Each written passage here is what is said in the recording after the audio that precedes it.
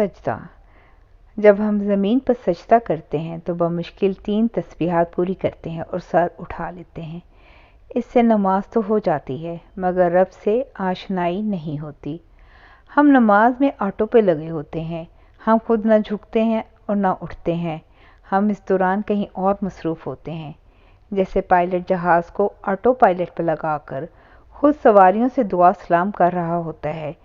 یعنی ہم رکوع کو رکوع سمجھ کر، سجدے کو سجدہ سمجھ کر اور قیام کو واقعی رب العالمین کے سامنے فرمانبرداری سمجھ کر کھڑے نہیں ہوتے، بلکہ ہماری کیفیت ٹھیک اس کھلونے کی طرح ہوتی ہے جس میں سیل ڈال دیے گئے ہوں اور بٹن آن کر دیا گیا ہو تو وہ خود بخود اوپر نیچے دائیں بائیں لڑکتا پھرتا ہے۔ آپ جب کوئی میموری کارڈ کسی ڈیوائس میں ڈالتے ہیں تو وہ ڈیوائس پہلے اس میموری کارڈ کا جائزہ لیتی ہے، اس کو پڑھتی ہے اور ریکگنائز کرتی ہے، پھر پوچھتی ہے کہ اس میموری کارڈ کی حقیقت یہ ہے کہ اس میں فلاں فلاں چیز ہے، فلاں فلاں فولڈر ہے اور اس کی اتنی سپیس استعمال ہو چکی ہے اور اتنی باقی ہے۔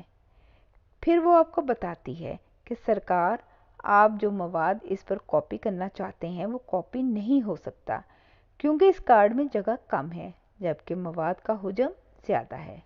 آپ کچھ مواد ڈیلیٹ کر کے مناسب جگہ بنائیں۔ ہم جب سجدہ کرتے ہیں تو زمین اس ماتھے کو ریڈ کرتی ہے اور ریکگنائز کرتی ہے۔ اس پروسیس میں کچھ دیر لگتی ہے۔ زمین سادہ ہو تو جبین کو پہچاننے میں تھوڑا وقت لگتا ہے۔ مسلح اور قالین جتنا موٹا ہو، جبین کو زمین سے رابطہ کرنے میں ویسی ہی زیادہ دیر ہوتی ہے۔ ہم زمین کے ماتھا ریڈ کرنے سے پہلے ہی اٹھا لیتے ہیں، یوں جیسے جاتے ہیں ویسے ہی آ جاتے ہیں، نہ کچھ ڈیلیٹ ہوتا ہے اور نہ ہی کچھ کاپی پیسٹ ہوتا ہے۔ اللہ کے قدموں میں سر ہو اور کچھ لیے بغیر اٹھ کر گھر آ جاؤ تو نماز ایک مذاق ہی بن کر رہ جاتی ہے۔ جماعت میں مجبور بھی ہوں تو نوافل میں کسر نکال لینی چاہیے۔ کم از کم 5-7 دفعہ کی تسبیح کے بعد ہی آپ دنیا کی ٹرانس سے نکل کر مینیو پر آئیں گے اور آپ کو اپنی حیت کا احساس ہوگا کہ آپ اس وقت کس پوزیشن میں ہیں۔ ہاتھ کہاں ہیں؟ ماتھا کہاں ہے؟ گھٹنے اور پاؤں کہاں ہیں؟ جو چیز آپ کو یاد آتی جائے گی سمجھ لیں کہ وہ چیز حقیقت میں ریکگنائز ہو رہی ہے۔ اس کے بعد آپ تسبیح کو الفاظ کی بجائے منہ بند کر کے سوچ کی زبان میں کہیں، جتنی دیر بھی مزہ آتا رہے۔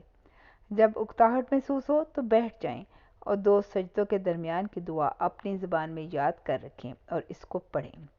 اے اللہ، مجھے معاف فرما دے اور مجھ پر رحم فرما اور مجھے ہدایت دے دے اور مجھے عافیت عطا فرما اور مجھے رزق عطا فرما اور میرے دکھوں پر مرہم پٹی کر دے۔